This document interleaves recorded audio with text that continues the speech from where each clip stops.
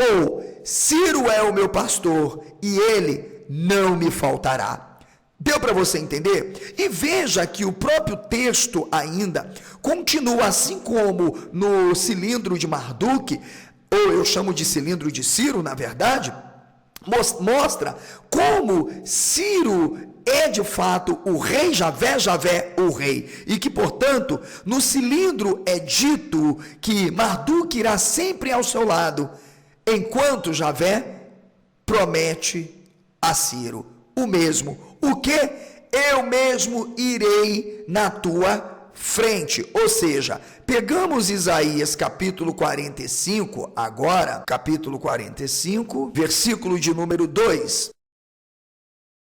Vejamos o que o texto diz. Olha aqui. Eu irei diante de ti. Tá vendo aqui? Anin lefaneira. Irei diante de ti. Pode ser, irei diante da tua face. Eu poderia também traduzir, irei diante da tua face. Irei adiante de ti. Ok? Porque a própria palavra lefaneira significa face. Ora, eu não traduziria irei adiante de ti. Eu traduziria, irei diante de tua face. Olha, significa na frente. E endireitarei os caminhos tortuosos. Tá vendo aí? Ó, tá aqui, ó. Eler verradurim, ok? Quebrarei as portas de bronze, desperdarei os ferrolhos. Então vocês percebem como que a tradição do pós-exílio, do Deutero Isaías, está na verdade criando um culto a Ciro. Ora, mas espera aí, professor.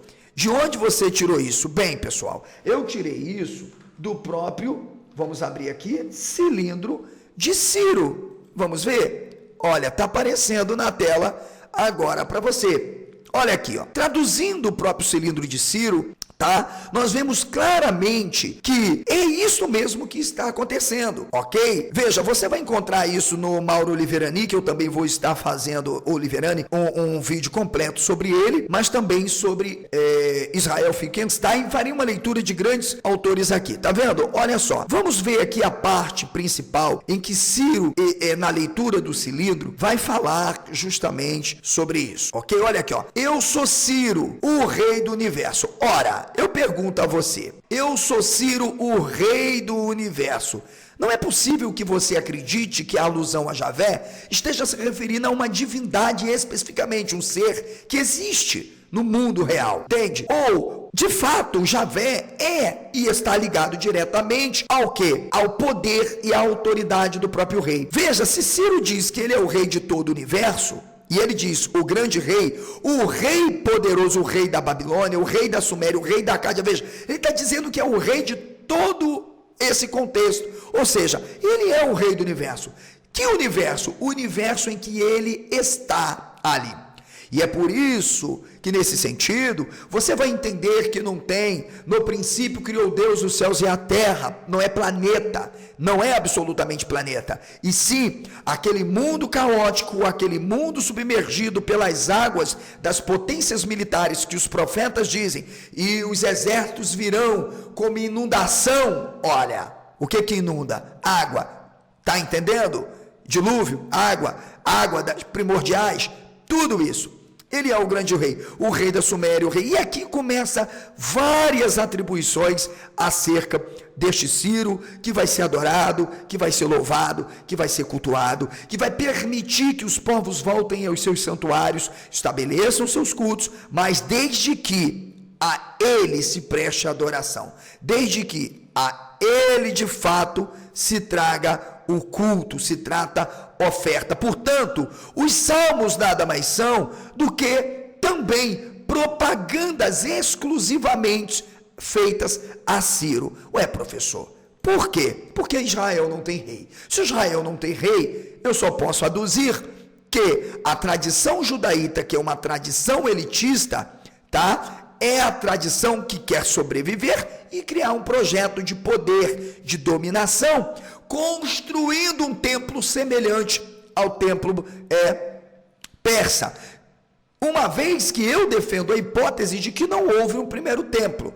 Sim, o que mais pode se aduzir e se defender é um anexozinho puxadinho na casa do rei, no palácio, mas não um templo independente. Tanto que a própria tradição de Ageu e outros, Zorobabel e Esdra, irá trazer a ideia de que a glória da segunda casa será maior do que a da primeira. Mas quando você vê as descrições que são dadas do templo, você logo percebe que não pode ter havido um templo. Portanto, evidentemente, eu defendo uma hipótese de uma tradição pós-exílica, até mesmo para a lei, diferente do Thomas Homer, mas não quer dizer que nós não estejamos no mesmo caminho. Então, continuando a leitura, gente, vem para cá, ó. No cilindro é dito que Marduk irá sempre ao seu lado, enquanto Yahvé promete, ou Javé, a Ciro, eu mesmo irei na tua frente. Eu traduzi lá, Pnei Ra, diante da sua face, ok? Olha aqui, ó. O cilindro insiste no fato de que Ciro traz de volta as populações exiladas, ok? Olha aqui, ó. Eu reuni todas as pessoas e as reconduzi, o que corresponde ao discurso de Javé sobre o rei persa. Vamos ver? Isaías 45:13. Ele conduzirá meus exilados. E lembrando, gente, tá? Que isso aqui é um vaticínio ex eventos. Olha, ele conduzirá. Não, o texto já está sendo produzido depois que o povo saiu. Existe uma tradição da monarquia, tá? Que está traduzindo, que está escrevendo este texto, está querendo enaltecer Javé e Judá em relação a esse projeto, entende? Olha aqui, ó, ele conduzirá meus exilados às suas localidades. Ele quem? Ciro. Ora, então percebe que depois eu vou mostrar para vocês que a Torá prescrevia que nenhum rei poderia ser de fato estabelecido sobre Israel, a não ser que fosse um rei entre seus próprios irmãos exclusivamente. Mas Ciro se torna não só o rei, como o Mashiach. Ele será chamado de o meu ungido pela tradição. E não só o meu ungido, ele é adorado, ele é celebrado, ele é cultuado como o rei que fortalece Judá. E isso, observe, a tradição tentou esconder, não utilizando o nome diretamente de Ciro nas formas das poesias, que eram celebrações sincréticas no culto e no templo de Jerusalém. Veja isso aqui, ó. Thomas Homer, o autor, aí vamos pegar aqui para o outro lado, né? Ó. Aqui, ok? 212, nós estávamos na 213, na verdade, então é 214, é aqui, ó. Vamos lá. Cadê? 212, aqui, 214. O autor do texto mostra um grande universalismo ao apresentar Ciro como, olha aí, ó, Messias de Javé. Ih, rapaz, deu ruim, não deu? Por que deu ruim? Porque nós temos, tá, uma prescrição na própria Torá que proíbe que o povo escolha um rei que não seja dentre eles. Há uma determinação. Ó, quando vocês forem escolher um rei, vocês irão escolher um rei dentre seus irmãos, não de fora. Isso é uma lei imprescritível deles, tá? Não, o rei tem que ser dentre seus irmãos. Mas olha o que eles fazem.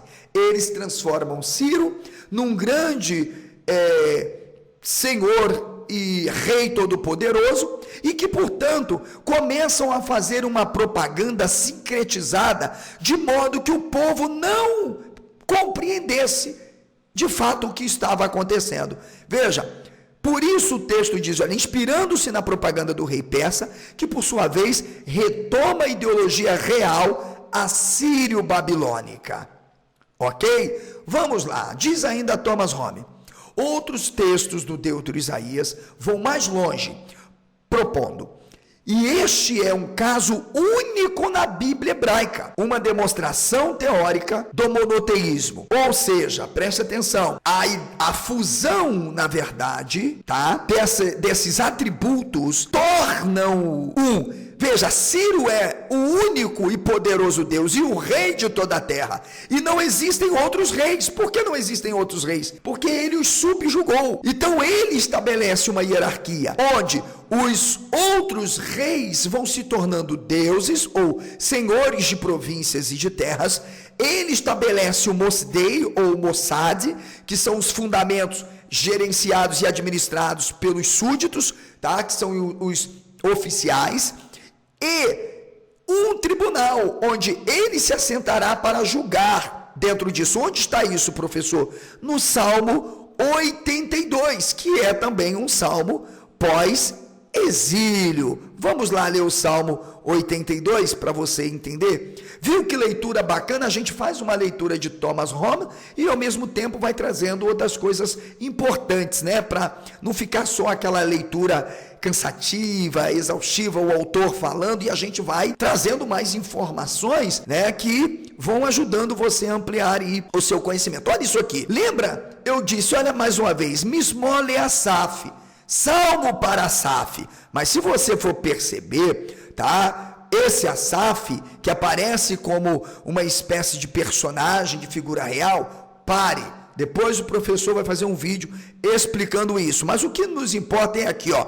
Elohim nitzav ba'adat el bekerev Elohim ishpot. Ou seja, Deus está na congregação dos poderosos. Mas quem é Deus? O Elohim. Olha aqui, ó. Aquele conceito que eu disse, em que se elimina a memória de El, se elimina a memória de Baal, se elimina inclusive a memória de Marduk, e se faz então daquilo que é a força e o poder, a unificação do rei, isto é, como um Deus e Senhor de toda a terra, porque nele está todas as divindades. Captou? Sim. E portanto Elohim, veja, traduzido como Deus e não deuses, está onde? Está no tribunal. Eu não aceito essa tradução aqui, ok? Tá, gente? Para mim, absolutamente Badaat pode ser traduzida como Tribunal dos Poderosos, ou pode-se dizer, de alguma forma, uma Assembleia dos Poderosos,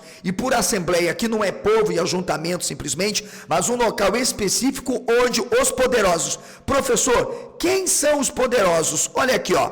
Por incrível que pareça, o El, olha... Como se traduz congregação dos poderosos numa combinação de Badaat? Porque Badaat aqui é construto. Então tá tudo certo. Está no construto. Logo, El tem que combinar, porque Badaat está no construto singular. Veja, ok? Ó, vou colocar aí para você ver. Tá vendo? Um substantivo comum singular construto. Olha, mas como eu poderia traduzir? Ele está na congregação dos poderosos. Não. Ele está onde, professor? Ele está no tribunal dos poderosos. Ele está ali. Por quê? Porque ele vai julgar os Elohim. Está aqui, ó.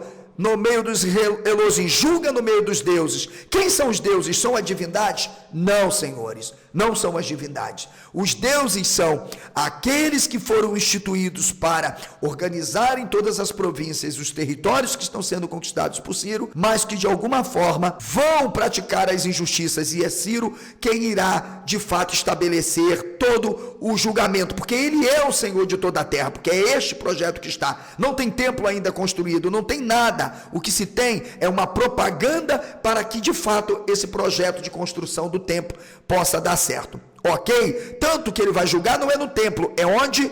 É no tribunal dos poderosos. Isso é uma combinação perfeita com o próprio Salmo 89, que traz também sobre esse Deus, tá? O Salmo 89, versículo 6, se não me falha a memória, ok? Ó, tá aqui, ó. Quem entre os filhos dos poderosos pode ser semelhante ao Senhor? Veja que você vai ter aqui, Kimi Bashahak, tá vendo? Quem no céu se pode igualar ao Senhor? Ah, mas talvez você vai achar que céu está se referindo, né, à expansão. Não, querido, desculpe. Não.